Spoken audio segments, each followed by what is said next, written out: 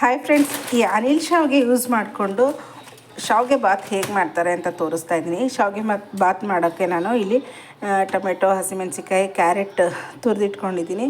ಮತ್ತು ಬೀನ್ಸು, ಈರುಳ್ಳಿ ತೊಗೊಂಡಿದ್ದೀನಿ. ಹಾಗೆ ಈ ಅನಿಲ್ ಶಾವಿಗೆನ ಒಂದು ಪ್ಲೇಟಾಗಿ ತೊಗೊಂಡಿದ್ದೀನಿ. ಅಂದರೆ ಇದು ಆಲ್ರೆಡಿ ಹುರಿದಿರೋ ಶಾವಿಗೆನೇ ಆಗಿರೋದ್ರಿಂದ ಮತ್ತೆ ಹುರಿಬೇಕು ಅಂತೇನಿಲ್ಲ.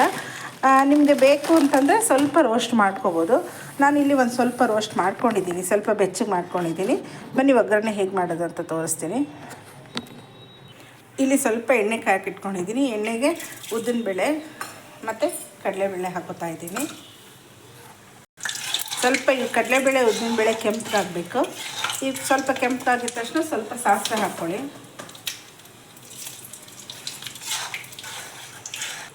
ಕರ್ಬೇವಿನ ಸೊಪ್ಪು ಹಾಕ್ತಾಯಿದ್ದೀನಿ. ಹಾಗೆ ಸಣ್ಣ ಕಟ್ ಮಾಡ್ಕೊಂಡಿರೋಂಥ ಈರುಳ್ಳಿ ಮತ್ತು ಹಸಿಮೆಣಸಿನ್ಕಾಯಿ ಹಾಕೋತಾ ಇದ್ದೀನಿ.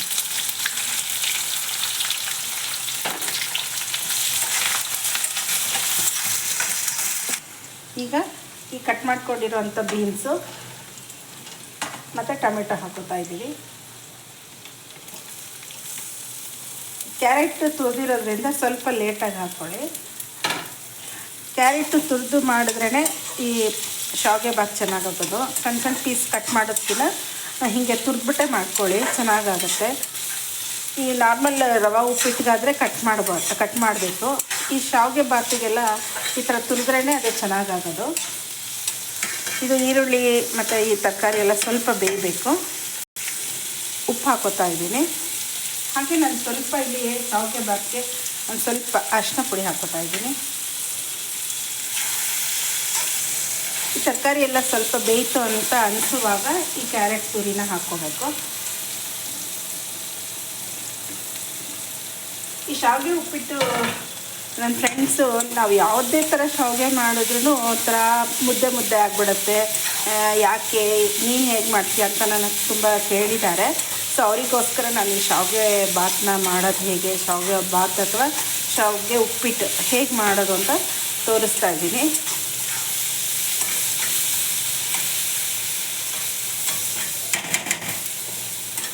ಈಗ ಸ್ವಲ್ಪ ನಾನು ನೀರು ಹಾಕ್ಕೊತಾ ಇದ್ದೀನಿ.